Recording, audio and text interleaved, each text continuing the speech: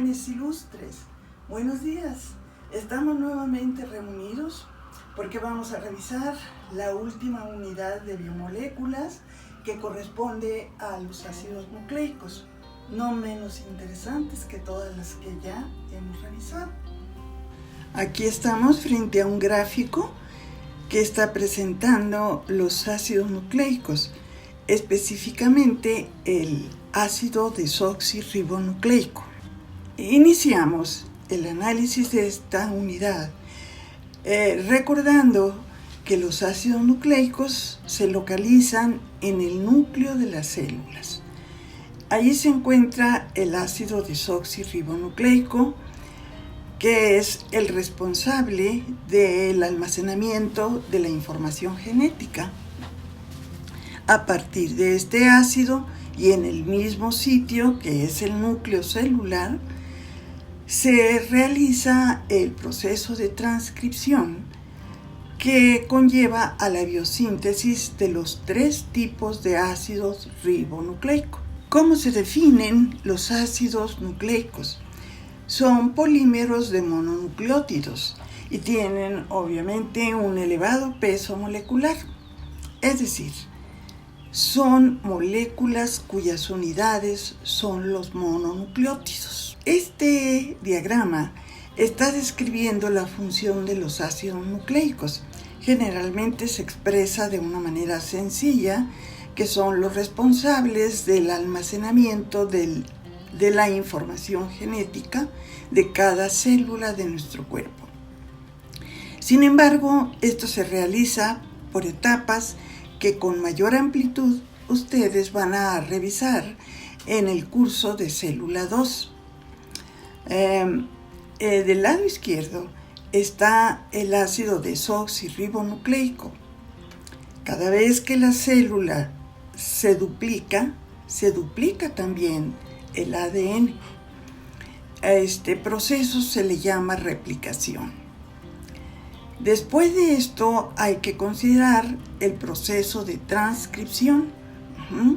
¿Qué significa esto? Pues significa que se realiza la copia fiel de varios fragmentos del ADN para que se sintetice el ácido ribonucleico. Es decir, los 3 tipos de ácido ribonucleico: el ribosomal, el mensajero y el de transferencia. Una vez sintetizados estos ácidos ribonucleicos o ARN, emigran hacia el citoplasma. Aquí nuevamente y en una forma más sencilla se están explicando los mismos procesos: el de replicación o duplicación del ADN, el de transcripción, que consiste en la biosíntesis de los 3 tipos de ácidos ribonucleicos, y a partir de los cuales, con un conjunto de la participación de enzimas, hormonas, unidades mononucleotídicas, etc., se lleva a cabo el proceso de traducción, que consiste en la biosíntesis de las proteínas. En este sentido, este gráfico está expresando primeramente el proceso de duplicación, donde está el almacenamiento de la información genética, de la transcripción para sintetizar el ARN y después la traducción del mensaje con la biosíntesis de las proteínas, que a través de sus funciones expresan dicha información genética. En este gráfico tenemos información importante sobre las moléculas que forman los mononucleótidos o unidades de los polinucleótidos, que son los ácidos nucleicos.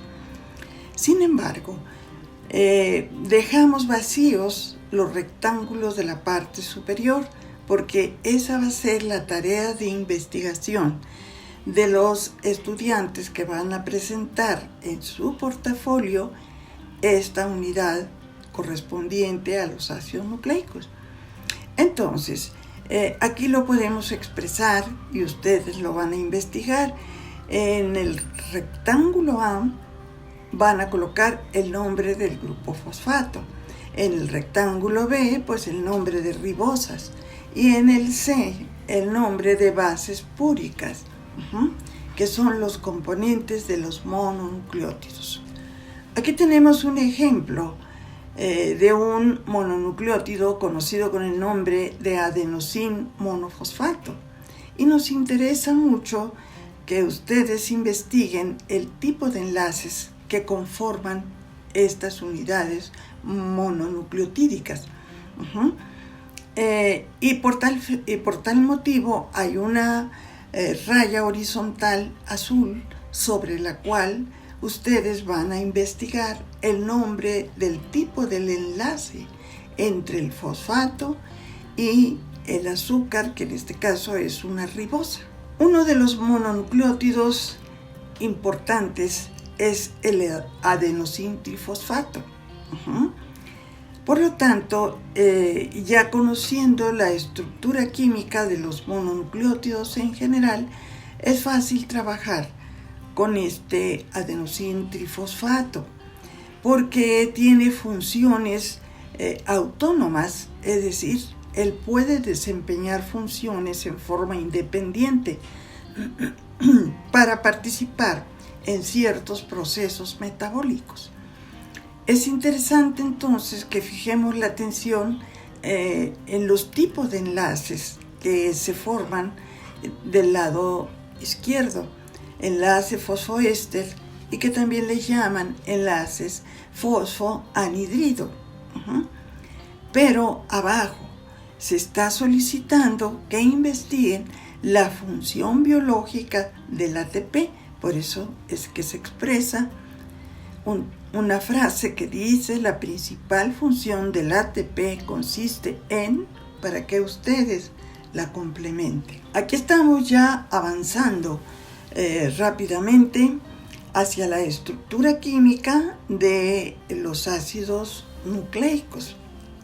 Del lado izquierdo vemos un fragmento de un ácido nucleico que está formado por la unión de dos polinucleótidos.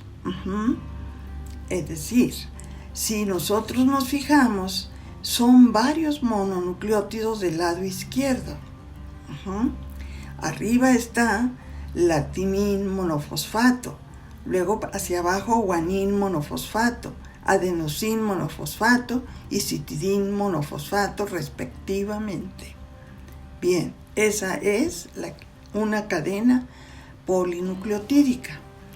Del lado derecho está otra cadena polinucleotídica.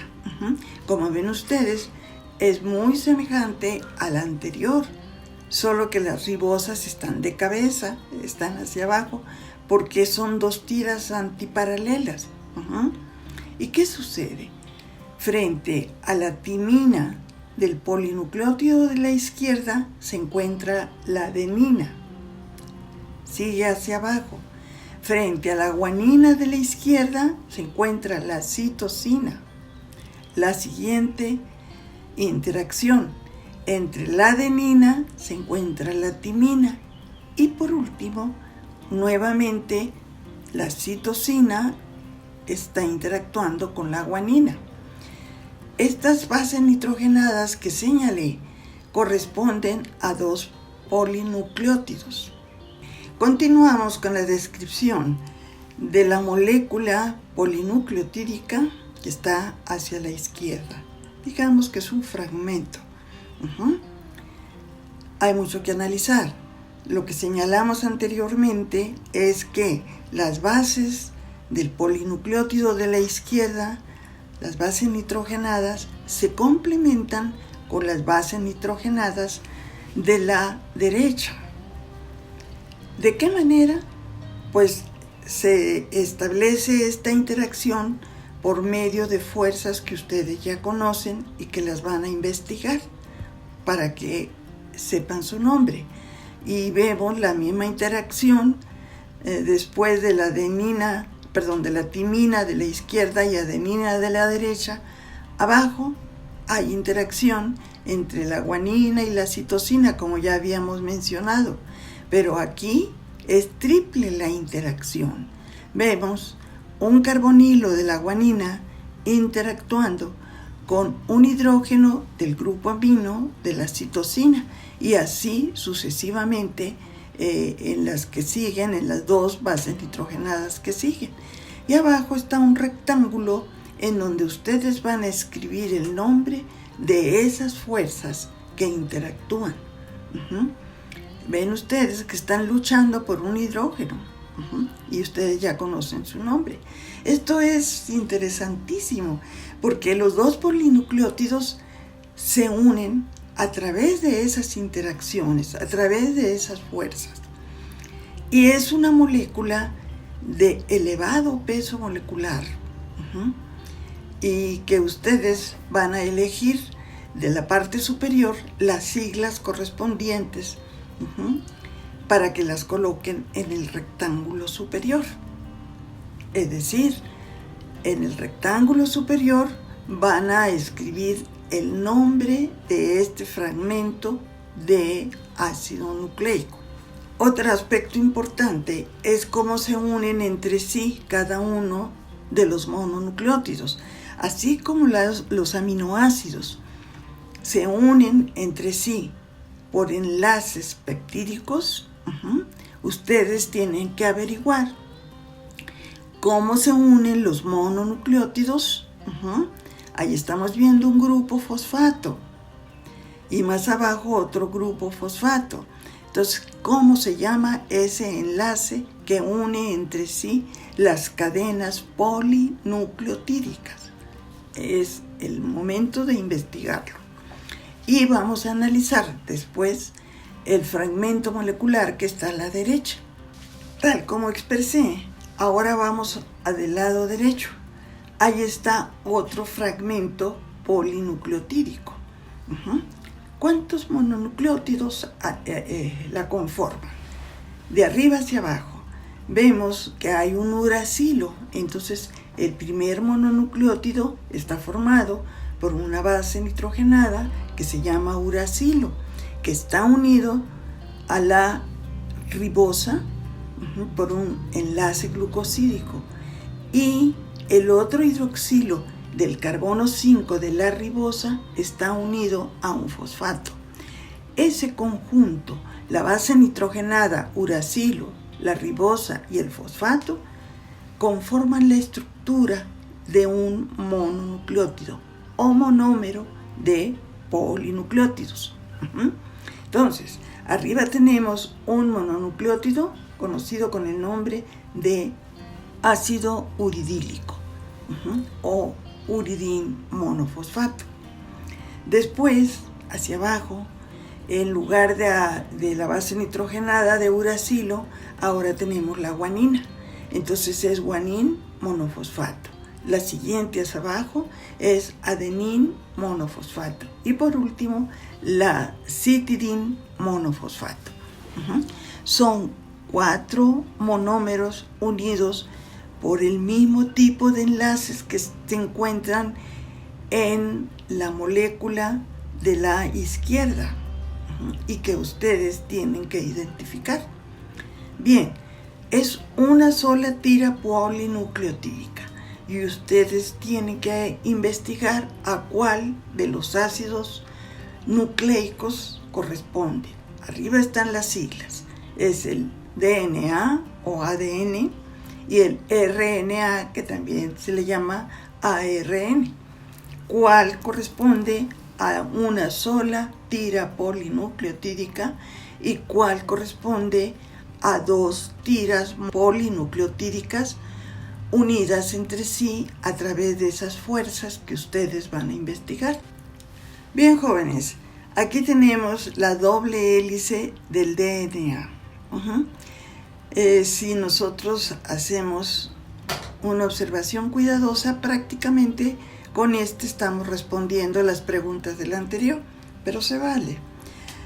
Lo importante es que ustedes entren en este juego simpático.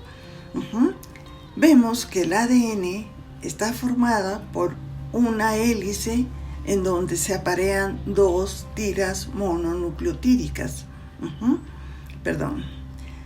que se aparean 2 tiras polinucleotídicas. Observamos que esta imagen está representando el proceso de réplica o duplicación del ácido desoxirribonucleico. Me parece interesante presentarlo, porque aquí se ve claramente que los listones de color moradito y azul están refiriéndose a, allí vemos las letras, una S que quiere decir sugar, o sea, el azúcar, y una P que se refiere al fosfato. Es como el pasamanos de una escalera de caracol. Y estamos observando en la parte superior que están apareadas las bases de los mononucleótidos que constituyen este polinucleótido. Y vemos que frente a la timina está la adenina, porque son complementarias entre sí. Frente a la citosina, la guanina, y así sucesivamente. El ADN no tiene uracilo, en lugar de uracilo tiene timina. Son aspectos característicos que hay que indagar y tener presentes. Bueno, es básicamente para que vean que el ADN, los autores, los especialistas lo comparan con una escalera de caracol, en donde en el pasamanos están los fosfatos y las azúcares que lo conforman, y en los peldaños están las fuerzas que unen las 2 tiras polinucleotídicas determinadas por la complementarización de las bases nitrogenadas que los conforman. Por último, estamos ante la presencia del ácido nucleico formado por una sola tira polinucleotídica. Los especialistas consideran esta imagen como la imagen del RNA de transferencia, o sea, el ácido ribonucleico, y le llaman imagen en trébol, plana. Aquí podemos observar que hay una secuencia de letras que están que funcionan como siglas de las bases nitrogenadas.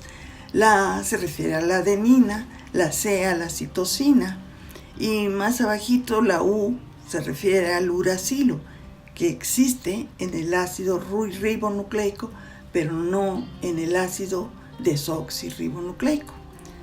Bien, pues entonces bajamos desde el inicio de este ácido nucleico, en donde vemos que en la parte superior hay un hidroxilo. Y descendemos, dice lugar de unión a la izquierda, dice lugar de unión del aminoácido. Pues esto lo van a revisar cuando vean biología molecular en célula 2. Pero bueno, ahorita nos enfocamos más que nada en la estructura química de los ácidos nucleicos. Descendemos. Después del hidroxilo, citosina, adenina, citosina, uracilo, guanina, y así sucesivamente. Bajamos, se forma la primera asa, luego otra más pequeñita, y abajo una asa bastante notable, en donde se está señalando que es el anticodón, y es muy importante para leer el mensaje de la información genética. Después empezamos a ascender y está otra asa al lado derecho que también tiene una función específica durante el proceso de traducción, y finalmente se termina con una base nitrogenada conocida con el nombre de guanina y representada por la letra G. Observamos aquí, para designar a los mononucleótidos o unidades que forman los ácidos nucleicos, se utiliza solamente la primera letra de su nombre.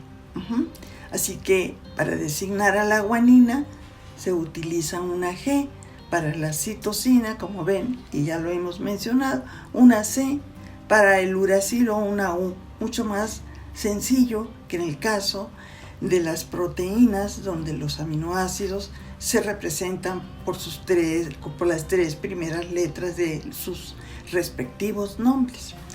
Muy bien, esto es a grandes rasgos lo que se refiere a la estructura química de los ácidos nucleicos. Se representa nuevamente el ácido ribonucleico y específicamente la T quiere decir de transferencia.